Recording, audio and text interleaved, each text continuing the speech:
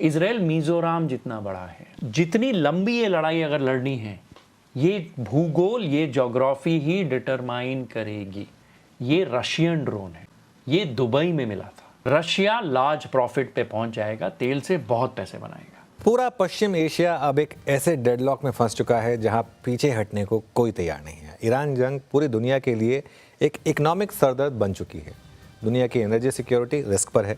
Global oil market के समीकरण पूरी तरह से तहस नहस होते हुए दिखाई दे रहे हैं। कच्चा तेल $100 के ऊपर टिका हुआ है।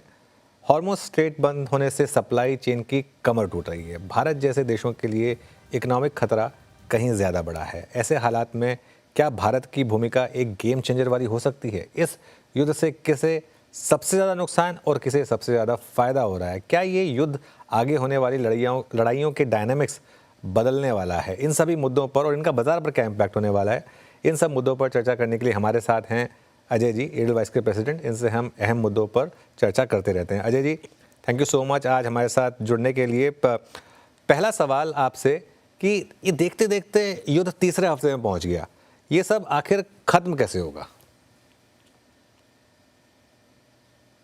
तो अनुज जी, लड़ाई ख़त्म कैसे होगी समझना ज़रूरी है, लेकिन पहले एनालिसिस करने के पहले एक चीज़ है कि हम सब चाहेंगे कि ये जो भी है जल्दी ख़त्म हो, क्योंकि दुनिया के लिए अच्छा नहीं है, भारत के लिए तो बिल्कुल भी अच्छा नहीं है।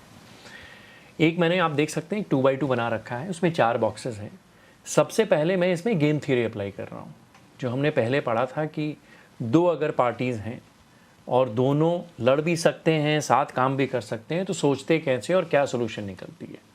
तो इसमें 4 बक्से हैं, हरा, पीला, लाल और नीला। एक्स एक्सिस है कि ईरान लड़ाई ख़त्म करना चाहता है या नहीं चाहता है, अमेरिका लड़ाई ख़त्म करना चाहता है या नहीं चाहता है। स्टार्टिंग क्या है कि अमेरिका इजराइल दोनों नहीं लड़ना चाहते थे, ग्रीन बॉक्स था, ठीक है। उसके बाद हम येलो बॉक्स में थे लड़ाई शुरू होने के पहले।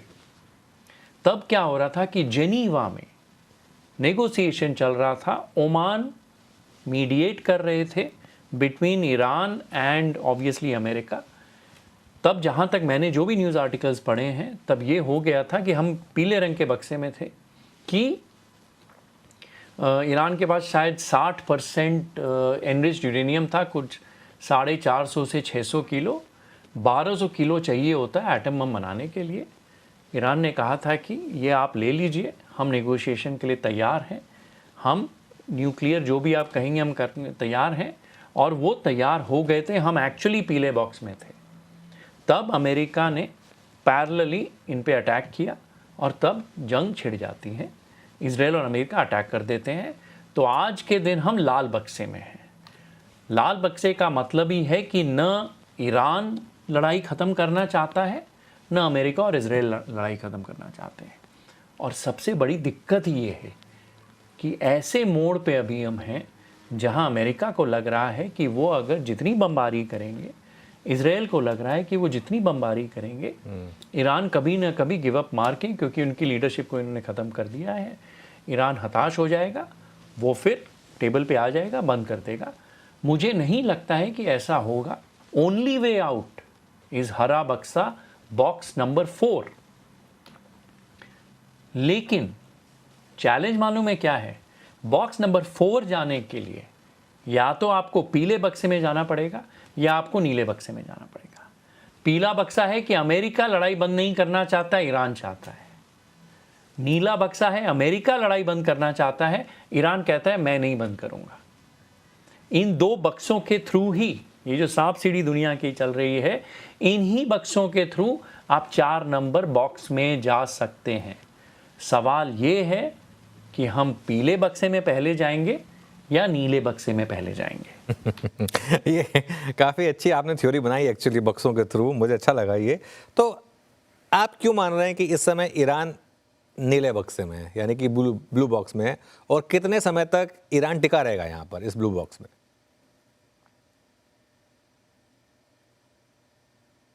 नीला वाला बॉक्स क्या है कि ईरान लड़ाई नहीं ख़त्म करना चाहता है, अमेरिका और इजराइल चाहते हैं।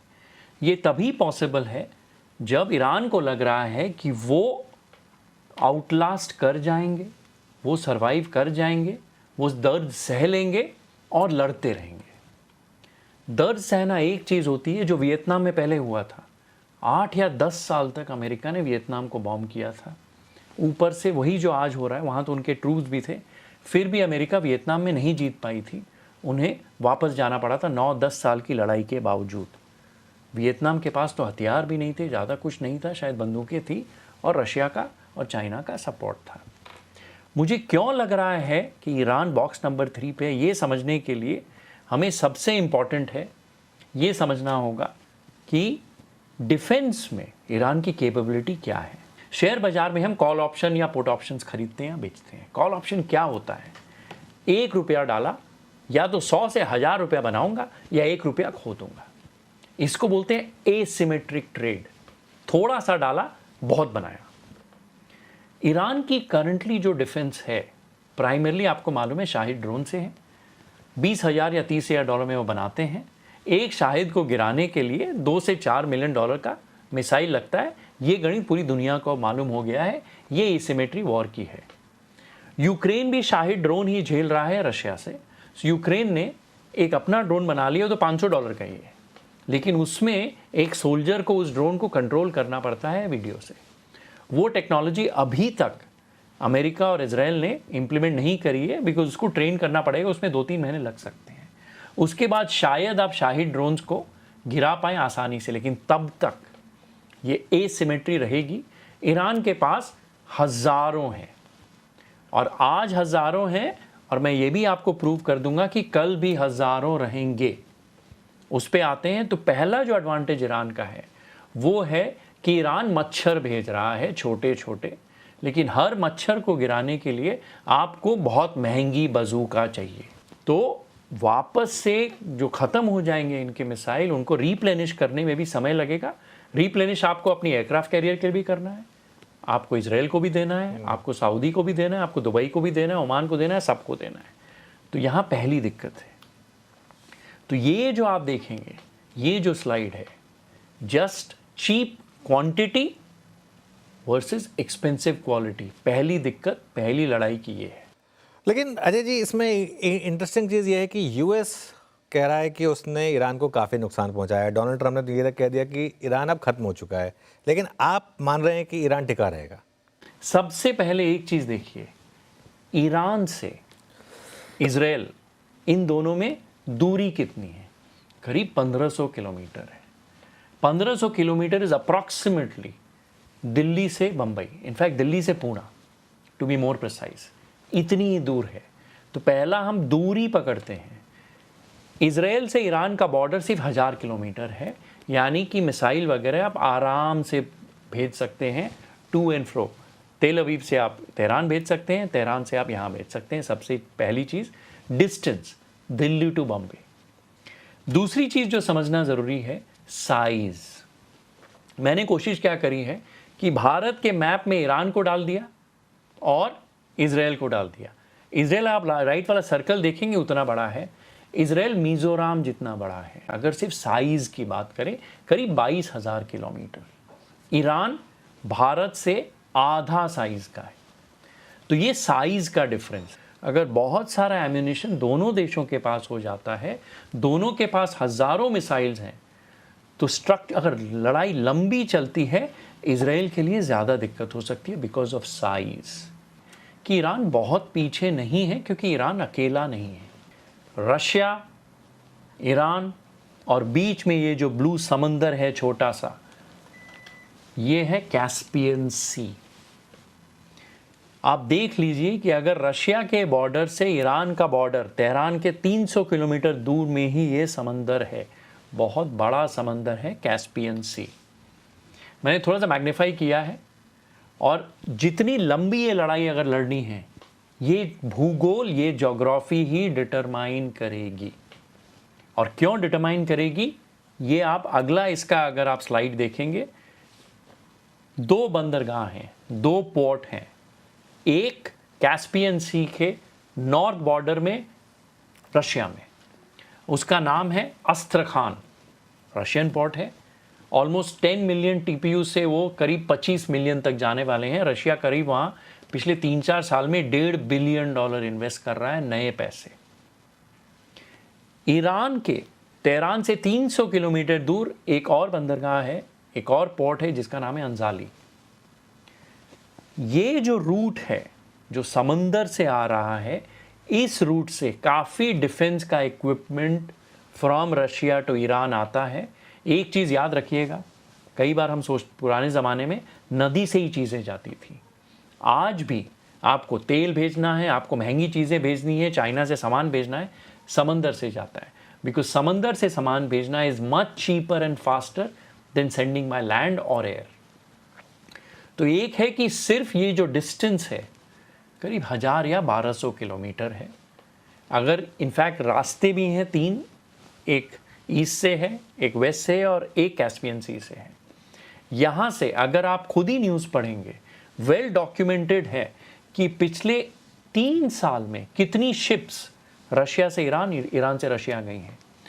बहुत सारा, जब यूक्रेन की लड़ाई शुरू हुई थी, बहुत सारा ड्रोन ईरान रशिया को भेजता था। अब रशिया ईरान को बहुत सारे इंटरसेप्टर्स भेज रहा है, सब कुछ भेज रहा है। तो ये जो लाइन है शिपिंग की बहुत स्ट्रांग है और ये लगातार यूज़ हो रही है।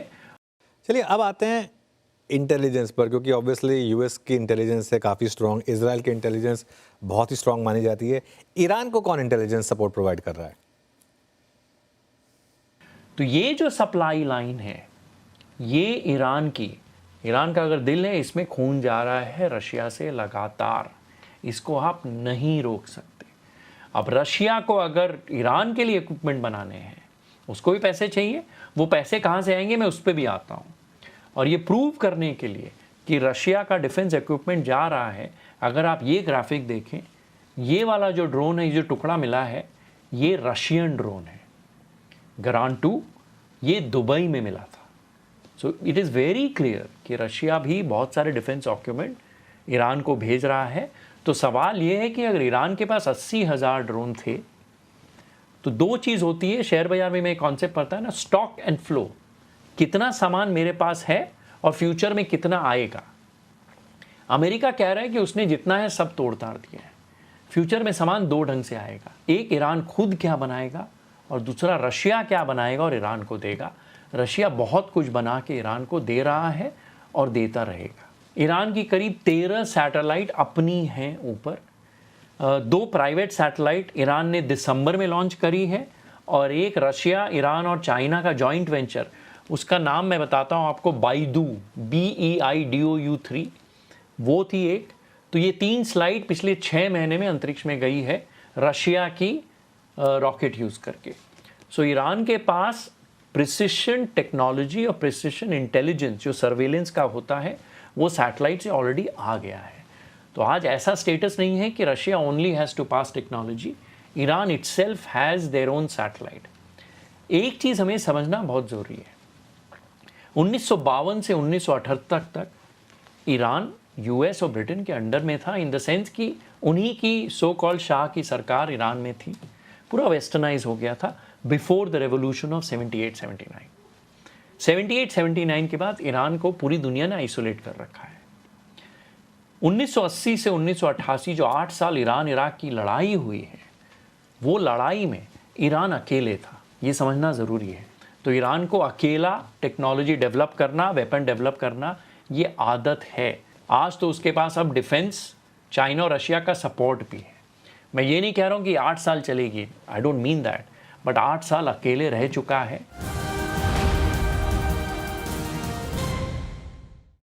ये रशिया कब तक ईरान की मदद कर सकता है, और इस पूरे मामले में भारत कहाँ खड़ा है आपके हिसाब से? ये जो सवाल है, इसके लिए पहले सब कुछ पैसे की गेम है। सबसे ज़्यादा पैसा कौन बना रहा है, पैसा कौन खो रहा है, इकोनॉमी पे इम्पैक्ट क्या है। ये चार्ट है कि रशिया का तेल 2022 यूक्रेन की जब से लड़ाई शुरू हुई है तब से क्या हो रहा है। पहले लेफ्ट साइड वाला गोल देखिए, उस समय लड़ाई जब शुरू हुई थी, भारत रशिया से बहुत तेल नहीं ले रहा था। ऑरेंज कलर जो है वो है भारत जो रशिया से तेल ले रहा है। यूक्रेन की लड़ाई शुरू होने के बाद India became the highest buyer of Russian oil. जो ऑरेंज लाइन आप यहाँ देख सकते हैं, चाइना सबसे नीचे है जो ऑलमोस्ट लाल कलर है, बाकी देश छोटे छोटे थे। जब ये यूक्रेन की लड़ाई शुरू हो गई, फिर आपको मालूम है कि भारत पे प्रेशर आया कि आप रशिया का तेल लेना बंद कर दो, तो भारत ने कम कर दिया, जो आपको ऑरेंज कलर गिरता हुआ दिख रहा है। लेकिन अगर आप अगली स्लाइड देखें, जहां मैंने थोड़ा मैग्नीफाई कर रखा है कि लास्ट 3 महीने में या 4 महीने में क्या हो रहा है, जब से हम पे प्रेशर डाला गया है कि रशिया का ऑयल न खरीदें, ऑरेंज गिर गया है, लेकिन अननोन जो क्वांटिटी है वो बढ़ गई है।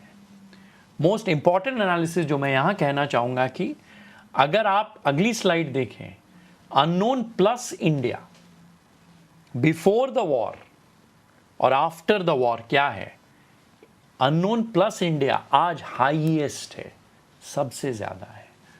तो ये मेरा एनालिसिस है या मेरा एक एस्टिमेट है या गेसवर्क है कह लीजिए। मुझे लग रहा है कि अभी तो खैर अमेरिका ने कह दिया है कि हम रशिया से डायरेक्टली तेल खरीद सकते हैं, लेकिन मुझे लग रहा है कि लड़ाई शुरू होने के पहले क्या हो रहा था, भारत कुछ तेल खरीद रहा था रशिया से, और कुछ तेल जो एक शैडो कंटेनर्स होते हैं जो से रशिया से ही निकले हैं, समंदर में जाते हैं, वहाँ उस कंटेनर से या उस ऑयल टैंकर से दूसरे ऑयल टैंकर में तेल ट्रांसफ़र होता है। वो शायद जहाँ भी जा रहा है, हो सकता है भारत आता हो, मुझे नहीं मालूम, हो सकता है चाइना जाता हो, मुझे नहीं मालूम, लेकिन रशिया उतना ही ज़्यादा तेल बेच रहा है जो लड़ाई के पहले बेच रहा था। रशिया करीब 100 से 150 मिलियन डॉलर डेली, 1000 से 1500 करोड़ रुपए रोज एक्स्ट्रा तेल अब बेच पा रहा है। तो रशिया के पास पैसे भी बहुत आ रहे हैं एट अ टाइम जब वो यूक्रेन से लड़ाई भी कर रहा है और ईरान को शायद सपोर्ट भी कर रहा है। तो ईरान कितनी लंबी रेस पे अपनी घोड़े दौड़ा पाएगा, वो यही है कि उस घोड़े को कितनी घास रशिया कब तक खिला सकता है। और रशिया ही अगर बहुत सारा तेल बेच पा रहा है तो रशिया के पास भी कैपिटल बहुत है, हथियार बनाने के लिए सपोर्ट करने पड़ेगा। तो आप समझ रहे हैं कि कितनी चीज़ें एक दूसरे से जियोपॉलिटिकली लिंक्ड हैं। बिल्कुल सही बात है। तो इस समय अजय जी, क्लियरली पूरी दुनिया इस युद्ध की कीमत चुका रही है, तो इसे रोकना बहुत ज़रूरी है, लेकिन क्या ऐसा होगा? अगर आपको याद होगा कि G2G फिलॉसफी में मैं एक ही बात करता हूं कि लार्ज लॉस अवॉइड करना है। कुछ भी हम करते हैं 4 ही चीज़ हो सकती है, लार्ज प्रॉफिट, स्मॉल लॉस और large loss. Large loss avoid करना सबसे ज़्यादा ज़रूरी है ऑफ माइंड एंड मनी। इस वॉर में, इस लड़ाई में क्या लॉसेस हो रहे हैं देखते हैं। सिंपल चार्ट है, आज क्या है, आज है लार्ज लॉस इजराइल ईरान दोनों को है, स्मॉल लॉस बिकॉज अभी 10-12 दिन ही हुए हैं, 15 दिन ही हुए हैं, भारत को हो चुका है, दुबई को हो गया है, GCC countries Saudi, Oman and so on को हो गया है, और दुनिया को भी हो रहा है इंक्लूडिंग अमेरिका, क्योंकि वहाँ भी चीज़ों के दाम बढ़ रहे हैं। लोग कहेंगे कि हाँ अमेरिका के पास एनर्जी है, तेल है, दुनिया को एक्सपोर्ट करता है, लेकिन अमेरिकन कंज्यूमर वही तेल का दाम देता है जो ब्लूमबर्ग पे दिखता है। वो कैपिटलिस्ट कंट्री है, जहाँ दाम बढ़ा, रिटेल दाम बढ़ जाता है, तो आम इंसान अमेरिका में भी पेट्रोल और डीजल की महंगाई को झेल रहा है। स्मॉल प्रॉफिट रशिया को हो रहा है, और भी कुछ देशों को हो रहा है, शायद नॉर्वे को हो रहा होगा, कनाडा का हो रहा होगा, जो भी गैस और तेल भेजते हैं, लेकिन रशिया को सबसे ज़्यादा हो रहा है। ये है आज small profit to Russia, small loss to India, GCC and the world, and a large loss to Israel and Iran. अगर ये लड़ाई लंबी चलती है तो ये सिनेरियो पूरा चेंज हो जाता है। रशिया लार्ज प्रॉफिट पे पहुंच जाएगा, तेल से बहुत पैसे बनाएगा, क्योंकि रशिया को आपको मालूम है कि अब भारत भी ओपनली खरीद सकता है।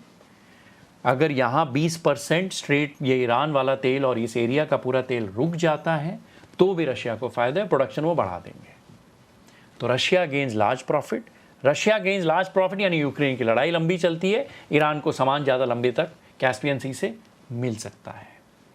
फिर लार्ज लॉस, अगर ये लड़ाई लंबी चली, तेल गैस की सप्लाई कम होना, इंडिया में मिडल ईस्ट से रेमिटेंस कम होना, मिडल ईस्ट इटसेल्फ स्ट्रक्चरली क्या होने वाला है वो लार्ज लॉस में कन्वर्ट हो जाता है।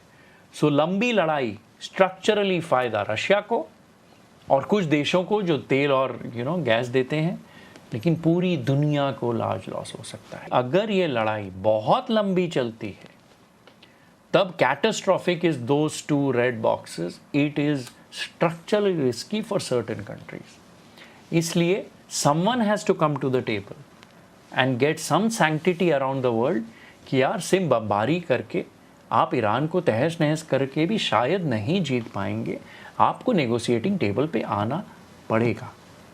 आखिरी सवाल मेरा आपसे इस टॉपिक पर, इसमें भारत का रोल क्या है? क्या हम युद्ध रोकने में कुछ भूमिका निभा सकते हैं? देखिए, भारत, मुझे लग रहा है कि इस जंग में बहुत अच्छा रोल हम प्ले कर सकते हैं। दो कारण हैं। एक, हमें करना भी चाहिए क्योंकि हम भी पूरी दुनिया के साथ सफ़र कर रहे हैं। हमारे बहुत सारे Indians Dubai, Abu Dhabi, Saudi वगैरह में रहते हैं। मेरी भतीजी सऊदी में काम करती है, मेरे बहुत सारे मित्र दुबई में रहते हैं। हमें मालूम है 50-60 लाख लोग हैं। हमें रेमिटेंसेस आते हैं 60-70-100 बिलियन डॉलर के साल में, और हमारा बहुत सारा एक्सपोर्ट मिडल ईस्ट को जाता है। सारे जहाज़ रुके हुए हैं, ठीक है। तो भले ही इंडिया की, हमारी भारत की आज ईरान से दोस्ती है, तो ईरान हमें हमारा तेल के टैंकर्स अलाउ कर रहा है, हमारे गैस के टैंकर अलाउ कर रहा है, चाइना के अलाउ कर रहा है। ईरान की एक फ्रिगेट हमारी कोची में है, जब एक उनकी फ्रिगेट श्रीलंका के पास में जब डुबो दी गई थी। तो हम अपनी मित्रता का, एटलीस्ट हमें तेल की अभी तक थोड़ी दिक्कत नहीं हुई है, शायद फ्यूचर में हो जाए, लेकिन इसका मतलब ये नहीं है कि स्ट्रक्चरली ये लड़ाई किसी के लिए भी अच्छी है। तो अगर आप देखें, एक ही देश है दुनिया में जो इन चारों देशों का मित्र है, हम ही हैं। अमेरिका से हमारी मित्रता है, रशिया से हमारी मित्रता है, भले ही दोनों दुश्मन हैं। इजराइल से हमारी मित्रता है, ईरान से हमारी मित्रता है, वो दोनों दुश्मन हैं। मोदी जी वो एक लीडर हैं, और भारत एक देश है जिसको सब रिस्पेक्ट करते हैं, उनकी इज्जत है, और एक अगर मीडिएटिंग टेबल में लेके आना है, वो शायद सबको ला पाएंगे। और अगर ये होता है, मुझे नहीं मालूम क्या टर्म्स होंगे डील के, क्या होगा नहीं होगा, लेकिन मैं वापस वहीं आता हूँ, बॉक्स नंबर 4 में हमें आना ही पड़ेगा, तभी ये वर्ल्ड पीस होगी। अगर ये लॉन्ग टर्म पीस होती है तो क्या होगा ना, दुनिया में जो तेल की ओवर सप्लाई ऑलरेडी पहले आ गई थी, बिफोर दिस लड़ाई ओवर सप्लाई बढ़ जाएगी। दो चीज़ होगी, वेनेजुएला का बहुत सारा तेल अटका हुआ था, वो नहीं यूज़ कर पा रहे थे, उनका हेवी क्रूड अब अमेरिकन रिफाइनरीज यूज़ करना शुरू कर दी, एक्स्ट्रा तेल बाजार में आएगा। ईरान का एक्स्ट्रा प्रोडक्शन भी बाजार में आएगा। सो तेल, मुझे लग रहा है, मैं कमोडिटी एनालिस्ट नहीं हूँ, लेकिन लड़ाई के पहले अगर 55 से $65 था, अगर पीस आती है और ज़्यादा सप्लाई दुनिया में तेल की आ जाती है, तेल $50 के नीचे चला जाएगा, जो स्ट्रक्चरली भारत के लिए बहुत अच्छा है। बिल्कुल, और हम सब चाहेंगे कि ये जल्द हो, क्योंकि अभी जो बातें हो रही हैं कि अगर ये वॉर लंबी टिक गई तो क्रूड 180 भी चला जाए तो बहुत दिक्कत होगी। होपफुली हम आए चौथे बक्से में और ये वॉर ख़त्म हो और क्रूड आए $50 के नीचे। अजय जी, बहुत बहुत शुक्रिया आपसे बात करके, और आज आपने एक बहुत ही इंटरेस्टिंग टॉपिक पर, दिख रहा है आपने कितनी रिसर्च की है, कितनी मेहनत की है इसके ऊपर। बहुत बहुत शुक्रिया आज हमारे साथ जुड़ने के लिए।